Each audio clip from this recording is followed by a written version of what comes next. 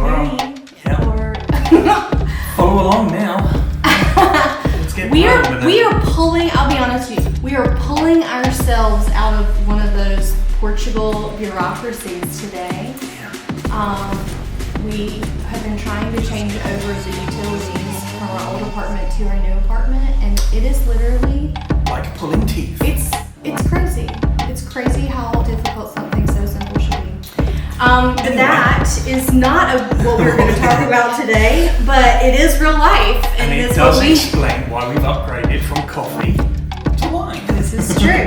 We're enjoying some wine on Cheers. this podcast today. So, cheers, everyone. By the way, wine here is, it's good. Good. And let me tell you, I put this on our website or our Brit and Bird Go Instagram, the one before Portugal Junkies. And here's a pro tip about wine in Portugal.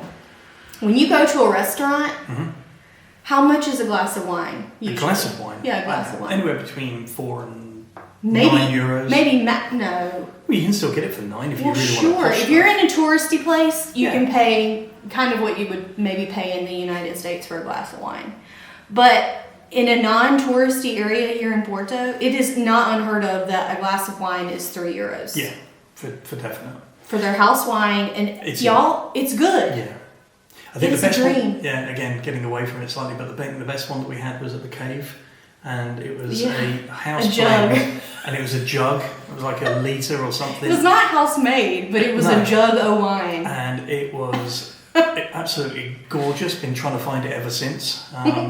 It was and good. I think that was only like €7 for the whole For the thing. jug. For the jug. It's crazy, you guys.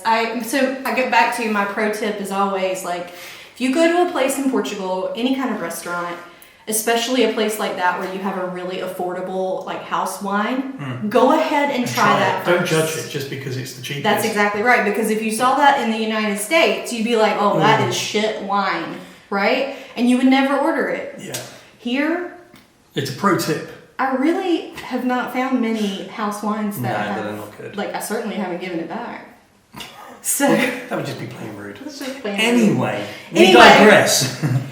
Can you tell we're on the line? Okay, so here's what we're going to talk about today. In our prior episode, we did an overview of the D7 retirement / passive income visa process. This is the visa that we did to move to Portugal, and probably the most popular visa out there right now, the most common one. Yep.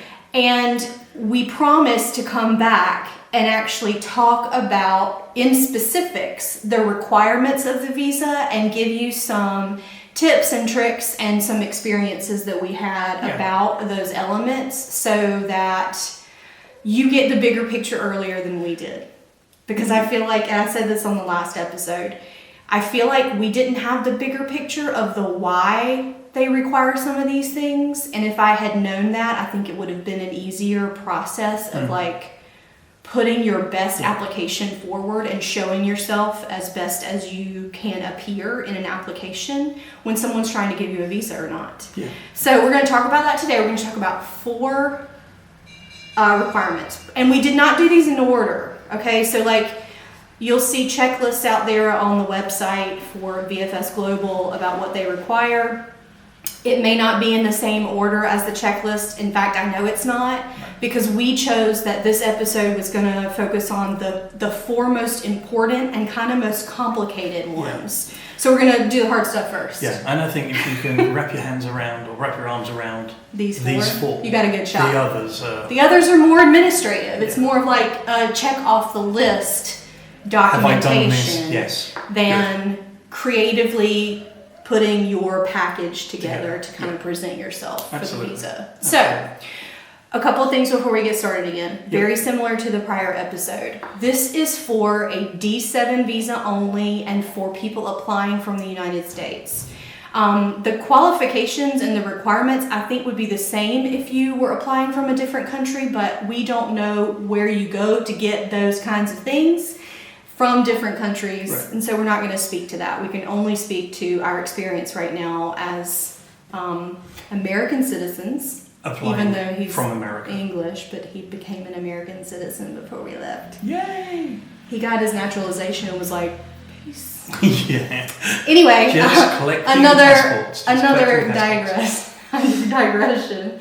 But I just wanted to say that again to make sure that anybody who's listening understands that's where we're coming from. And also, if you haven't listened to the prior episode, you probably should before you get into this one. This up. It does. It sets this up. Okay, so Let's go. one more overview piece. Oh. In general, when you are applying for a D7 visa, think about us. We're applying as a married couple. Like, we're not going to go without the other, right? But you are you are applying individually. So when you may be submitting the exact same documents, just duplicated for each person. So I want to make that clear, and I'll try to point it out when we talk about individual things. But I wanted you to think about it that way too. And if you're a family, the kiddos will also have to apply in the same way. So you are, obviously kids are not going to have all the requirements that adults do, but think about it as individuals. Everybody has to be present, everybody has to be at the interviews, everybody has to be evaluated separately. And so keep that in mind as we go through this. Okay, so first thing up, ready? Go. There is a requirement called an FBI criminal background check. And this was the very first thing that we did, mainly because it can take a couple of weeks for you to do this process, and anything time-bound was how we organized ourselves. So we sat there and looked at the checklist and went, okay, well, what can we do right now to make sure that we have this documentation back by the time our appointment comes up. And so we're talking about like from June to September, right?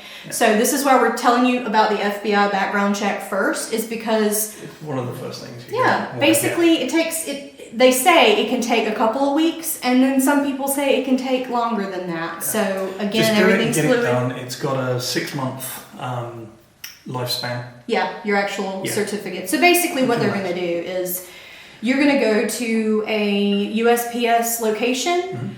You're going to literally give them ID, get fingerprinted, and they are going to send that information to the FBI and basically ask them to run a background check.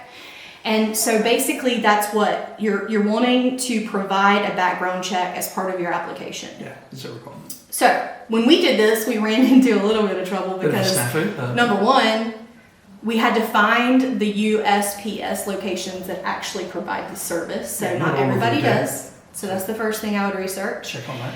And then when we got there, like the machine worked for me, and then by the time Mark had to do his, it failed to work, so we had to run around to a different USPS. Yeah, so we had to 20 find 20 miles away. Right. So a call ahead, make sure that they are, and you do set up an appointment. That would be what I would recommend. For sure. And basically the process there is very simple. Again, identification, you do your fingerprints electronically, they send it off. But here's the key. You are given the option of getting it electronically and mailed to you. You need to request both things. Both. And here's why. Your email certification or email results, you can open that email and see what's on there, right? You can know hopefully you're clear. And address anything if it's not, right? Because the mailing that comes to you with those same results, don't open. You cannot open. Leave it sealed. If it's unsealed, you will be turned away. They won't accept it. Right. So you are basically using the email as your peak to make sure all is good. All is good. And keeping that envelope unsealed as part of your application. They will. Sealed. They will. Sorry. Keep it sealed as part of your application, and likely when you go to your VFS Global appointment, it will be opened right there. But if you present something that's already open, they do have the right to turn you away. So that kind of stinks. Anything else you would say about the FBI? This is kind of simple. It's really simple. It's just the timing factor. So this was the first step that we did. along the way because we knew that it would take a couple weeks and we didn't want to be up against the wire for that. I wouldn't say there's anything else. Again, it's just really apply early, pay the fee, Yeah. get your email copy back, review that. It's a direct copy, more or less, of what's in the hard file. Leave the hard file sealed. That's it. Tick, done. Done. One out of 11. All right, number 2. This is a big one. Okay. This is another time-bound one as well. You need a NIF, which is the Portuguese equivalent to a tax ID number. Yep. And you need a Portuguese bank account opened. Now, here's the thing. But you need the NIF in order to open a bank account. Yes, so NIF is first. Yeah. And both of these can be challenging to do remotely by yourself. There are services out there. Yep. We actually worked with a service that did this. And there are a lot of services that do this. I know that Border, BORDR.com is well known and well used in this community of expats to get over here. So partnering with them and working with them on getting your NIF is probably the next important thing. Without a shadow of a doubt. Because you can't really do much else until you get your NIF. Yeah. So they're tied to each other. So in terms of, doing this remotely, the reason why it's a challenge is because most people don't have they call it a fiscal representative, right? Here in Portugal, who's going to vouch for you in order to get you a NIF. And so you're working with organizations that have partnerships in order to do that. Yeah. So again, I would check on services. If you want to look at Border, I know that There's they other work ones out well. there. There's other ones out there NIF that can do Online, that. And I will put something some else. links down here for you guys to check those out. Some of them offer them in like a package, so they would both get your NIF, and then once they have your NIF, they will get your bank account open for you too. Yeah. Here's the thing with the bank account though. We didn't really get to choose what bank, right? And at the time it didn't matter because we didn't know the difference anyway. Yeah. A bank is a bank. A bank is a bank, and we were just trying to meet the requirements of the visa. I think that could probably be a whole nother thing that we could talk about and maybe have some people come in and interview them about that process and banking here and all that stuff. But, really interesting. Border and other services usually can get these things done for you because of their relationships. Yeah. And that's what it comes down to. So unless you have heard something really terrible about a certain kind of bank or something, I would just roll with it in order to get done what you need to get done for the visa, and then you can always change it another time. Yeah, definitely. We work with BPI. A lot of people work with Millennium Bank. Mm-hmm. It's another popular one. Novo Banco. So I would think those are kind of the top 3. I think Millennium is probably the most popular. Yeah, the next one. So something for you guys to look into with that. The technical requirement is not just that you have a bank account. It's that it's funded. And so we're going to talk to you more in a second about what that means when we talk about passive income requirements and showing that you're fiscally able to take care of yourself, all of that jazz. That's really it on the bank account. I think the only thing that you have to remember so far is we're telling you these requirements in the order in which we would address them. So get your FBI fingerprints done, your background check. Start working with someone about your NIF. In order to get your NIF. In order to get your bank account. And the sooner the better on that, because it can really take a long time. It took us a long, long time to get it. That is probably amongst them one of the. I don't think we got it set up until August. Right, it's one of the more stressful things. Yes. And I would say that if you are on a scouting trip or you take a holiday here or something like that, to do it in person, it might take an hour, maybe 2 hours out of your day to go and get your NIF and get a bank account set up. But you're going to have the documents with you. So you've got your passport, bring a utility, like a proof that where you live in the US. Yeah. You can either work with somebody while you're here, or you can almost certainly do it yourself. I mean, I think that being on the ground doing it rather than trying to do it remotely. If you happen to be here, perfect. Get it done. Even if you have to open up the bank account with 100 euros, just stick something in there, have it done. Right, it will save you a lot of time. Yeah. We wish we had done that, but we just didn't know. And I think I would really say that get onto that early, and mainly because it's becoming harder for even representatives over here to open on your behalf. A NIF and a bank account. Yeah. Or certainly the bank account. That's getting really, really sticky. Yeah. For whatever reasons. But well, and here's the thing: we didn't actually do this. We did a recon mission, but we didn't do a scouting trip. Right. So, when we first traveled to Portugal, it was really for tourist and travel and enjoyment and all that, but it was really through the lens of like, could we live here, because we had heard such good things about Portugal. Yeah. But it wasn't an official scouting trip. I think a lot of people now, if they have the funds to do it, they're definitely coming here and visiting and with an idea of scouting. And if you're going to do that, open your bank account. Yep. Get your NIF. Figure all that stuff out before you leave, so that it's not done remotely, and I think it will probably be a smoother process for you. Yeah. And just be aware of, when you get your NIF, the fact that the fiscal representative in there will be either a lawyer or whoever it is that you've used to help you open that. That will run for 12 months. But once you move here, all the rest of it, you can change that fiscal representative. Yes. And remove them. There are some out there that will continue to charge you a year on year, and if you are a little blind to it, you'll just get these charges because they're recurring until you cancel it. So it's easy to do, but I would always set yourself a calendar alert to say, we're here, we're settled or settling, let's take especially care of after fiscal. you get your actual card. That is the time to remove go. everybody from your fiscal. Yeah, maybe I should have said that. No, I think that makes sense. It's like, get all of that taken care of, and once you have your card in hand, then you can make some changes, because you don't want to like mess with the system, that kind of thing too. No, but please don't do that. yeah. So this is a good example to talk about in terms of what I was saying at the beginning about you are applying separately, but your documentation might be duplicated, right? So like they're going to ask you for the proof that you have a Portuguese funded bank account. Well, ours happens to be a joint account, and so we had to both submit the statement that showed our name on it, the bank account number, and the balance for both of us as separate parts of our own individual applications. Yeah. So I'll keep pointing that out as we keep going down the there's list just here. some little intricacies that you need to be aware of. Yeah. So that you don't get tripped up. Yeah. Okay. We're talking. Let's have another cheers really quick. Okay. 2 down. Okay. Lease. Let's take a breath. Okay.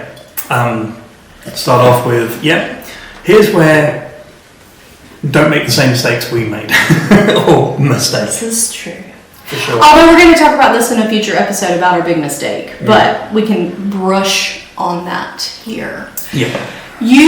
Here's a sticking point for this requirement. And some people don't get over it, and some people say screw it and they don't proceed. Right. Because it's shitty, but it is what it is. And this is part of the process. You must have a 1-year lease in place, contract signed, before you go to your VFS global appointment/interview. Yep. So let's think about that. Let that sink in. You must have a 1-year lease contract signed before you go to your VFS global appointment. And you show up and you show them the lease, and it doesn't have to be effective for the day of your appointment. It can be after. But let's think about how many landlords are really willing to do that. Then I'm gonna. No. So you're showing up with an apartment that you've paid for, and you're paying for without knowing how long it is going to take to get your visa, or knowing if you are going to even be approved for a visa. So, I hope that they can't hear that. Did you just hear a motorcycle going by? Apologies if you did. This is our home studio, okay? Yeah. So, we literally literally had to ask this question 117 times before we just had to believe it when people would tell us, yes, that's how it is. That's how that, yes, you are paying for something that you're not using, and you're paying for it in the hopes that you're going to get your visa. Now, again, unless you're a really undesirable candidate, I don't think that there's many times where you're completely denied and you just never get your visa. Right. It just could be a longer process if you don't do it the right way, or you're not accurate, or you're not presenting yourself in the best way. Yeah, I can count on less than one. I really haven't heard of it very much. The amount of times that's ever happened. Yeah. For a US citizen from... But it is hard to swallow, to think, oh my God, like, because it's not just about the recurring monthly rent. Here, you typically have to put a couple months down. Right. Yeah, so each contract will be different, but essentially, a landlord's going to want first and last month. They may even want the first 2 or 3 months and last month. You can get out of a contract if it's, depending on how it's written. So again, get it read over, make sure it's how you want it to read. After the first 4 months, you have to do 1/3 of the lease. Is it 1/3? 2/3 of the lease. So out of a 12-month contract, it's 7 months for us. Yes. So all of those are intricacies of the Portuguese lease and typical, right? Obviously, every contract is a little bit different. But what else is different here is like, you can look at listings. So I'll give you an example, and I'll put the resource here. Idealista.pt. Idealista.pt is a great place to look for apartments. Okay, it's not a winner every time. Because there are some short-term Airbnb type places on there that do not qualify for this. You have to have a 1-year lease, so those things can creep up in there. But basically, it's a good place to start and look for leases. But what I did notice when we started looking, it says make an offer. Yeah, you can. And I'm like, okay, wait a minute. In the United States, we don't negotiate on rent. We just don't. It's just, here's your rent. It's $2,000 million in Charlotte to live in uptown, right? And there is no negotiations. That doesn't happen typically like a home purchase does in the States. Right. But here you can. And so that's available. Yeah. But it's also a tough market too in certain places to find the kind of place. Reasonably good or very good product that you're you used want to be in. Yeah. I mean, there are some not so desirable ones for sure. Yeah. But, it goes with wherever you're going to move to.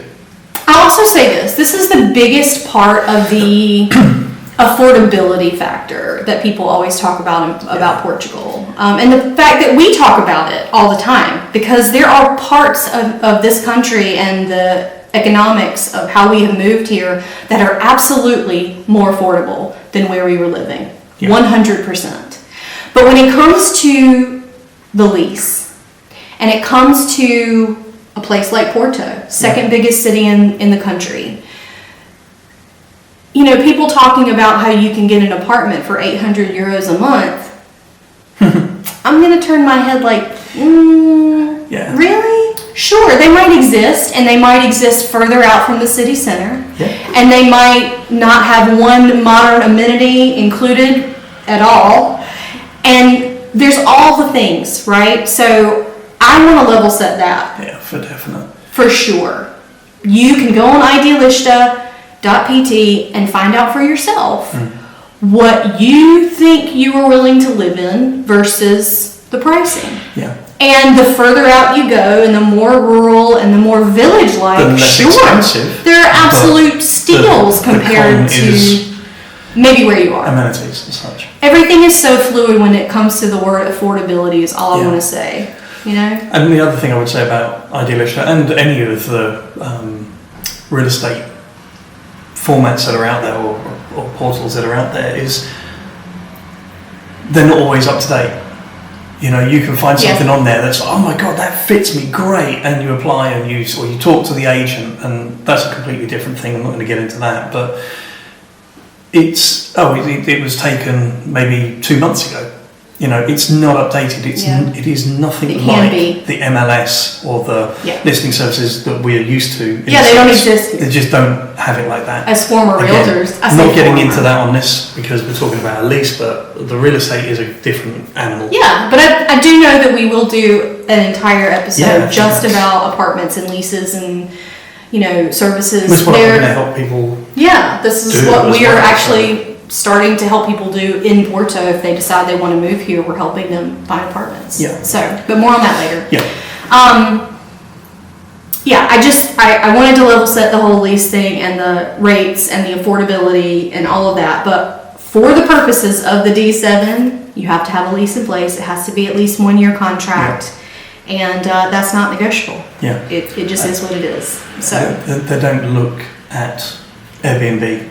No Airbnbs, no short-term rentals. No AL. We were so shocked by that. Darn it. Because we were like, we'll just get an Airbnb and then we'll know if we don't like it or we'll move them. No. So it's very important for you to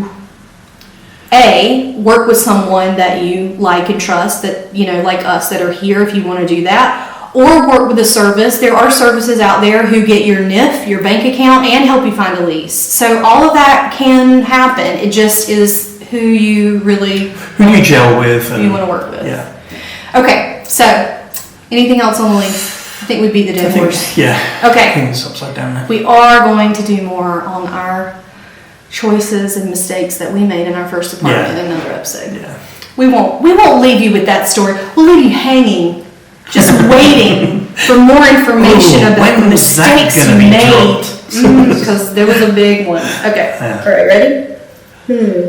Oh yeah. Sorry, I needed a big old slow by line. The last one we're going to talk about for today. Proof of funds. Proof of funds / passive income, because this D7 visa is the passive income visa and it's the retirement income visa. So to back up, most of the time this was built for true retirees. Yep. And you might look at us and go, y'all gray, but you're not retired, right? And I would say yes to that because we're not retired. Nope. But there are situations, especially now, that one can show passive income in many, many different ways, and it doesn't necessarily have to be the traditional passive income like Social Security payments or pension payments or blah, blah, blah. That's why it worked for us, even though we're not officially retired. Right. It was the way that we structured that to appear, well, not even to appear, to actually be the way that it we didn't have jobs. Right. And I will say this one thing. We did use the services of somebody that immigration service that was over here. It was like an hour consultation. Yeah. Just to get some real nitty-gritty agenda questions. How, if we did it like this, does that work? Yes, no. And if yes, then great. If no, then how do we? And she was awesome. And she was amazing. Because we basically outlined our situation and said, our jobs are not going to follow us over here. Right. So we will not have income in that way. But here we did have a business and we did have retirement accounts that we could pull from, even though we're not getting dividends and paid out that way. But all to say, I know it sounds kind of weird because you look at us and go, but you're not really retired. So how did you get over here on the retirement visa? But that's why. It's really about how you're showing you are fiscally responsible for yourself. Because here's the big picture thing I was talking about earlier. They want to know you have a place to live. Yep. They want to know that you're established tax resident, your NIF. They want you to be contributing to the economy, your bank account. Portuguese bank account. They want you to understand how you're going to take care of yourself through your income so that you're not a burden on the country when you get over here. So with those things in mind, it's like that's the lens that should help you create the best application on the planet, you know? And so we are going to talk about what we put forward. And I've also got Well, we did a personal statement, which I've got a free template linked out on our Instagram right now. You can download that tomorrow because a personal statement is part of the process. But I bring that up because it kind of overviews exactly what we are offering in terms of who we are and how we're going to take care of ourselves and all of our intentions. It's kind of like this summary of the application that's really nice. Yeah. So hopefully by reading that, you can kind of get an idea of like how you're presenting yourself and how we presented ourselves in a way that best reflected that we were not going to be a burden on anything. We are excited to be over here. We're excited to be a part of this country and culture, and we're not going to be a financial burden on anything. So when we talk about passive income, let's talk about types of passive income that you typically see. Yep. Okay. First one, like for a typical retiree, what would you say? Social Security. Social Security payments. I would also say like pension payments, 401k distributions that you've already set up, or investment accounts that dividends that you've got coming in. Rental income. A lot, and this happens a lot for younger people these days. They have built a real estate portfolio. Yep. So they don't have to be retired, but they have passive income. So that's how you could enter into this visa in that way. Yeah. What else? I would say for us, we actually structured ours we were realtors in Charlotte before, so we had an established business where both of us could be shown to be paid by the business, the firm, and we set those up recurring starting in June, and so we could show a 3 or 4 month history of that. And I think that's the important point. If you know, it's the time. The devil is in the detail. It's getting everything historically set up. Yeah. So, for all of these, if you're not sure, definitely seek out. Just email us or DM us. We can pass you on to people that we've spoken with and give you some referrals. But again, it's just showing yourself in the best light. But the way that we structured it was that we had those payments coming through the business as a recurring payment. And if you're listening or watching on YouTube right now and you're going, "Ooh, I don't really fit that yet, but I do have a job or an employer that is willing to, allow me to work there," you have other options within the visa programs. It just might not be the D7. Right. So don't be discouraged if you're hearing this and going, "Oh, I don't fit any of that." That doesn't mean that you don't have an option in something else, like the D8, digital nomad, or something like that. So, just as a side note, I don't want anybody to be like, "Oh, I don't have any of that yet." Case closed. So let's talk numbers about how much passive income. Because I think this one is really the ticket. important. So, minimum wage here is abysmal. It's crazy. We think it's bad in the States. It's really, really bad. Now, cost of living is typically a lot lower here as well. But it is abysmal. And it's hard to stomach sometimes. But that is what the government and immigration service bases what you need to prove in order to move here. So what is it? It is, I'm looking at my notes here, 9,840 euros per year. Yep. For the first per year is the minimum wage in Portugal. Yeah. Okay? So what they're basically saying is you need to prove that you're at least making the minimum, you can take care of yourself for at least the minimum wage, and that's $98.40 for the first adult, and we're not even asking you to prove $98.40 for the second, because we don't know what that family structure might look like, right? So the second adult is half of that, which is 49.20 euros. Yep. Okay, so now what we're at, like 14. Just touch under 15. Okay? If you have a kid or multiple children, it would be 30% of that minimal number to make sure that kid is taken care of, and that's 32.80 euros. So you start to add up whatever your family structure looks like. That's the number that you're trying to prove that you can carry and take care of yourself. Now, here is the bonus, and I'm going to say this. Do not get discouraged if you cannot do this. But if the visa is 2 years, wouldn't it be good to show them that you have got 2 years worth of that? Not just 3 or 4 months of that, right? That you have, if you have those kinds of funds, I would make sure that you're showing them those kinds of funds. For definitely. And so when we looked as a couple, let's say it was 15 a year, so that's 30,000. Can I not necessarily show that in my passive income, but also show it in savings, in investment accounts, in empty credit card limits? Yeah. Like, the sky is the limit on what you can put in your application about your finances that are going to help bolster you. Okay. So what we found that worked was what we did, which was we showed our passive income from our business. I think it was $1,500 each per month for 3 or 4 months leading up to. That was passive income, check. We couldn't use our rental home yet because it hadn't been rented yet. So that really didn't even factor in for us, and I wish it had, because it would have really helped us, but it didn't matter anyway because it didn't harm us.